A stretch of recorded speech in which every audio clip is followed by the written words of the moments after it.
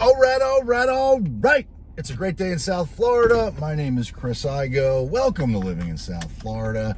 In today's video, we're going to talk about the top 3 fears that exist in the real estate market today.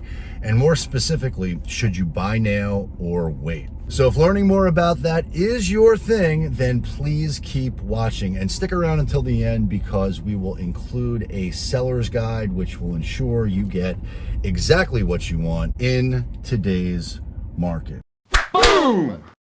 Boom, we're live. All right, so it is July 2nd, which you may ask yourself, why is that important to this discussion? Well, it's critical to understand that this is the first month that we are officially in a recession, if you accept that a recession is defined by 2 consecutive quarters of negative economic growth. Well, that ended in June. We got that. We checked that box, unfortunately. But it is what it is. So today is day 2 of the first month of the recession. And it'll be interesting to see how much noise or news that creates in the market and in the news cycle. And I'm sure it will certainly be discussed in, I don't know if you could see, but there was a open house sign there, which tells me there's more inventory coming on the market here in Canyon Trails, where I live in West Boynton Beach, and that was not happening a few months ago. But we're seeing way more inventory come onto the market, and that is a good thing if you are looking to buy a home. And it's probably not the best thing if you're looking to sell your home, because now there's a whole lot more competition out there and a lot less demand from buyers. But let's get back into what's happening right now, the 3 biggest fears, and I will address them systematically. So the first fear that most people have is, I mean, let's just face it, buying a home is scary under any market conditions. If you're buying a home, it's the biggest purchase that you're ever going to make in most cases, for most people. So that in and of itself is a scary proposition.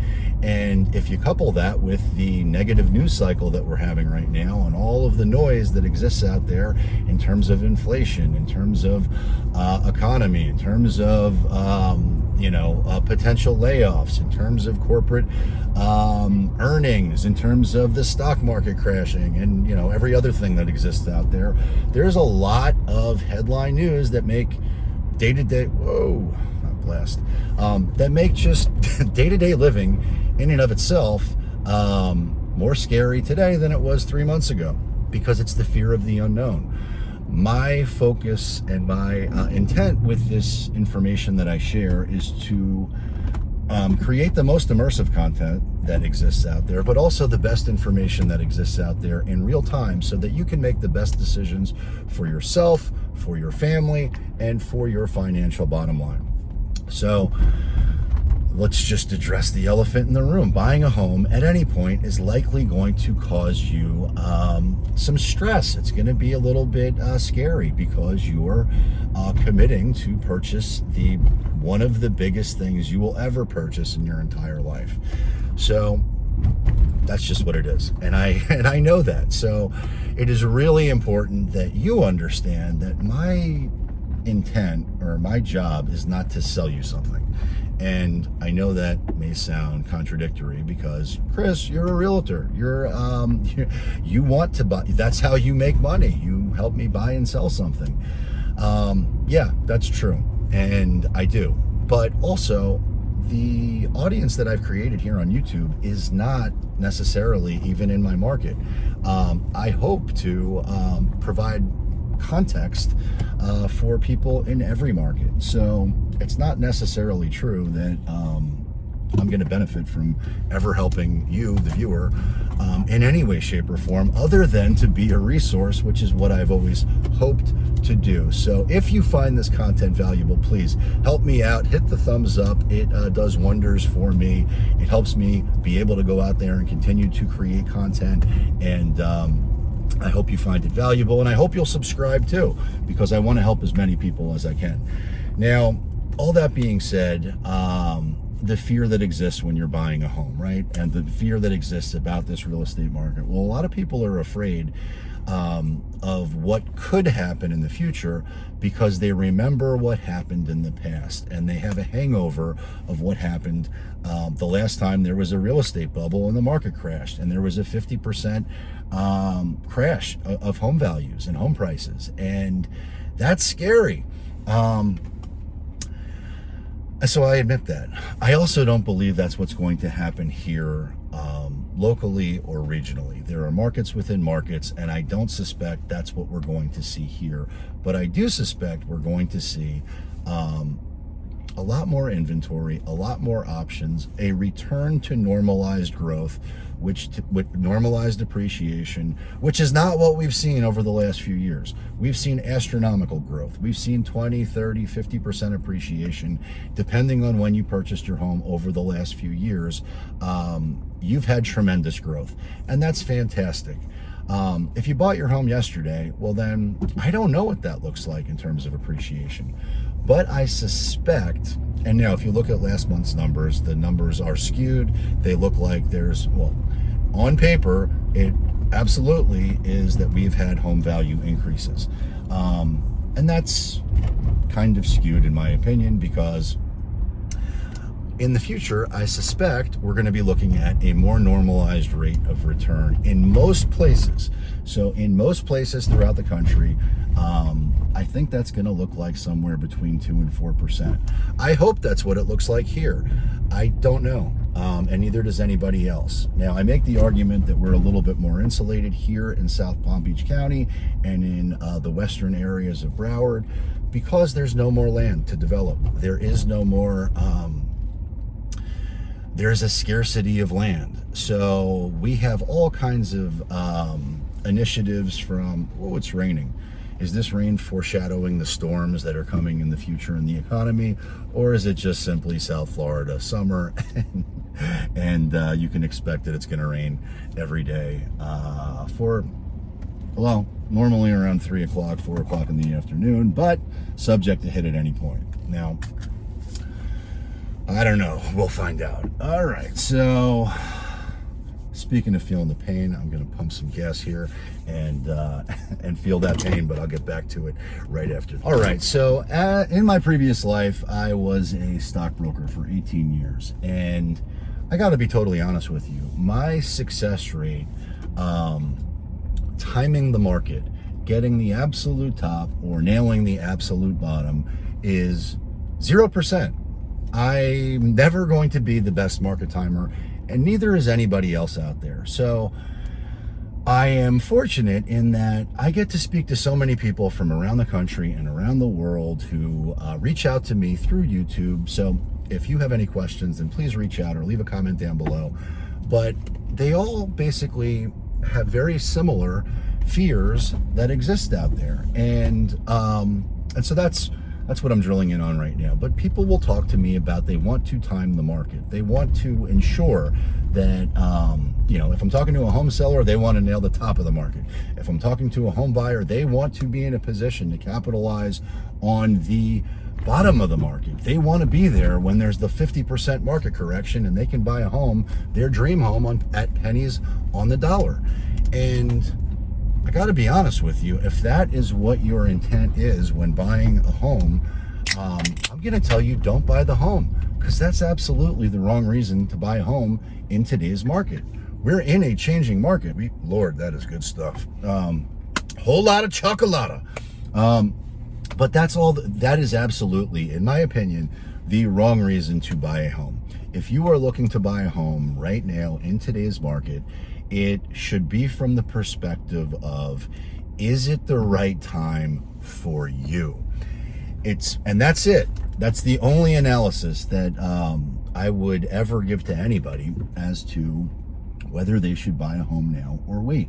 If you're thinking about trying to time the market, or you're looking to flip a home, or you talk to your friend who's been bragging about the insane return that they saw in their home purchase over the near term, those are all the wrong reasons to buy a property. And if I hear anything like that, I'm going to do my best to discourage you from doing so, because you should absolutely wait.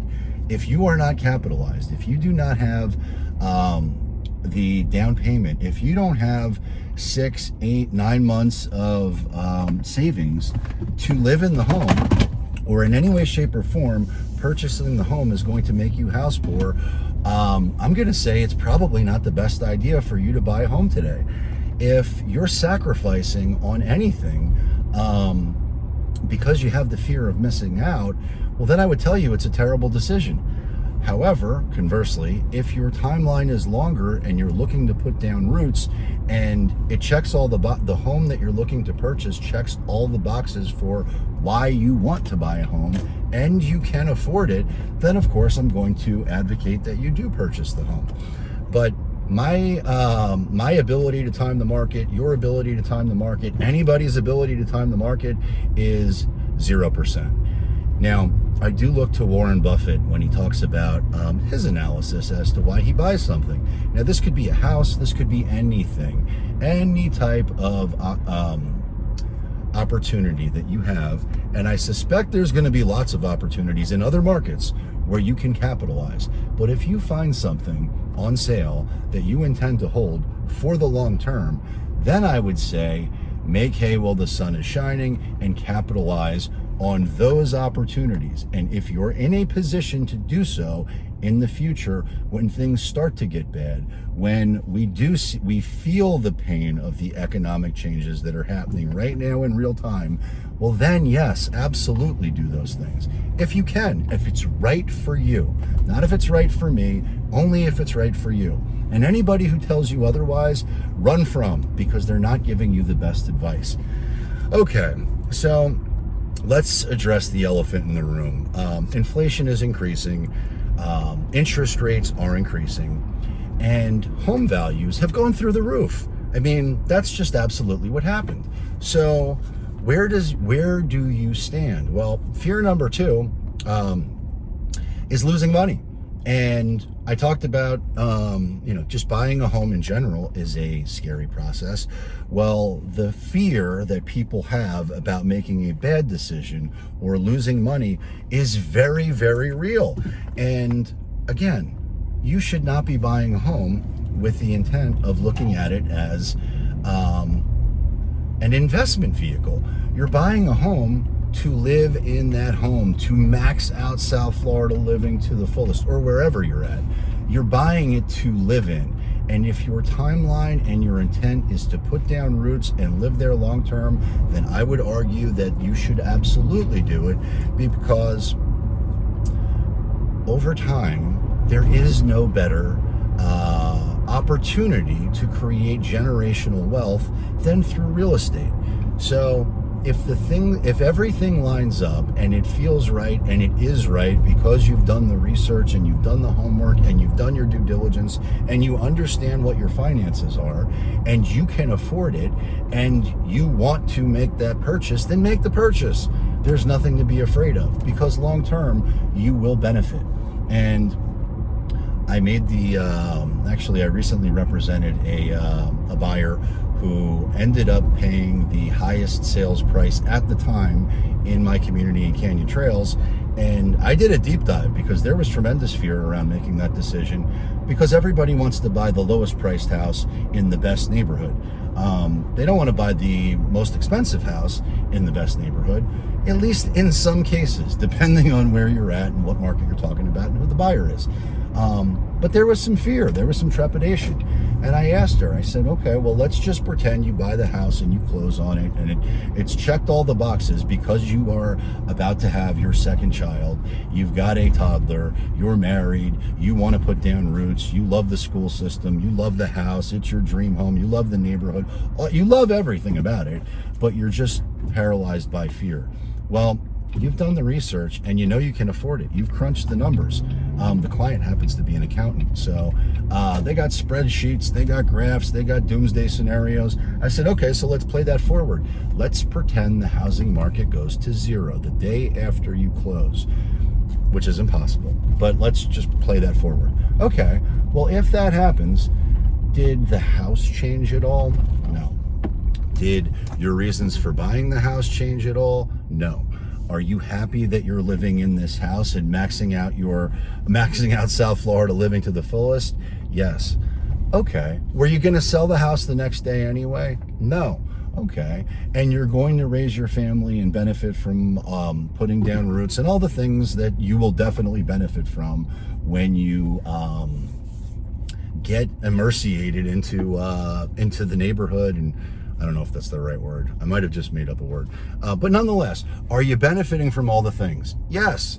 Okay. And you weren't going to sell it anyway for the next 10 years or more, right? No. Okay, well, guess what? If the market goes to zero, whoop-de-freaking-do, you're still maxing out the house and the neighborhood and the utility of the home, and you weren't planning on moving anyway, and you're not planning on moving, and you got job security, well, then it's all good, because 5 years from now, 10 years from now, 15 years from now, at some point in the future, it will be worth more than it is when you purchased it, period. Now, what I think that looks like, at least here in my market, I think that looks like 4%, 2 to 4%.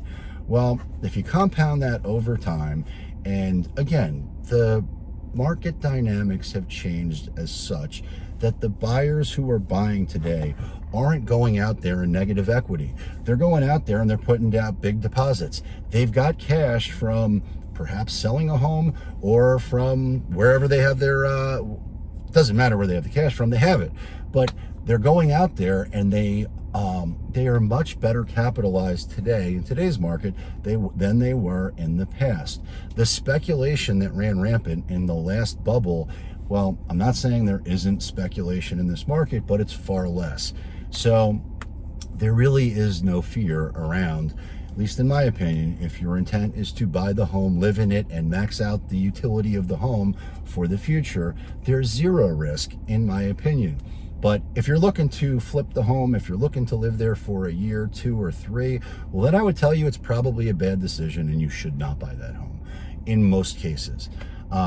So I'm never going to talk anybody into buying something. I am going to give them the best information so that they can make the best decisions for themselves, for their family, and for their bottom line. Now, the third biggest fear that I hear about, and this is similar to the last one in some ways, but I'll distinguish it a little, or I think it's a little bit more distinctive because they're more afraid, or the people that I talk to are afraid that the housing crash is imminent and we're going to see a 50% reduction. And while I did discuss that a little bit on the last fear, they're similar, but I want to address this one heads on because I don't see it happening. Now, again, I want to be very specific. I don't see that happening here in my market in South Palm Beach County. But I do think, and by the way, if you're looking to buy a home and capitalize on the market crash, and that's the only reason you're looking to buy a home, then that's not the right reason to buy a home, in my opinion. Period. If it's not right for you now, then it's not right for you, period. But I do suspect that what we're going to see as we move forward into the future is not a housing crash, at least not in my market. What I do believe we're going to see is a return to normal, which means normal inventory, which is not what we've seen. It's been an extreme seller's market. I think we're going to see normalized appreciation, which again is somewhere between 2 and 4%. Nationally, I think it'll be more here because we don't have any more land. There is a scarcity of land, and there's simply just not enough homes to support the demand of buyers that exist from around the country and around the world that want to be in South Florida to max out the freedom that exists here in Florida. And so I don't see any fear of a housing crash. But I do think that there is, and some I've talked to, this is another. And so now the number 4 reason that people are maybe on the fence or afraid right now is they talk, well, there's obviously inflation. People are afraid of that. I left the gas station and I can tell you it costs more to fill the truck than it did in the past. But the next fear is stagflation. And stagflation is when there is low or no or negative economic growth, and there's soaring inflation. And then on top of that, there's high unemployment. Well, that's a real concern. And I've heard some people say that stagflation will be the reason why home values will continue to appreciate. Well, that's possible. And I would say that I'd even make the argument that a bubble could exist and start to get even bigger by homeowners tapping into the equity of their home at a rate that is not favorable, and then create their own bubble of appreciation that exists by them being in a home where they're living off the equity in the home, and they create their own stimulus package, which I think will further escalate and increase what could be a bubble that hasn't even started yet. And that's a real possibility, but that's going to delay the inevitable forces of supply and demand and the economy to do what is right, flush out all of the other things that have been done in the past. So I don't know if that's good, bad, right, or wrong, but that is an alternate possibility. But I do know this. Right now we are in a market where, at least down here in South Florida, there is not enough supply. So one of the things that I also look at is, what are builders doing today? What are developers doing today? Because I feel as though that is a leading indicator. I know it's a leading indicator, because in the past, when there was a shift in the buyer demand, there wasn't enough buyers and they were challenged. Builders and developers were trying to get their homes sold because they couldn't do it. They would go out there because the market wasn't providing them with the buyers that they wanted. What they would do is they would incentivize the market.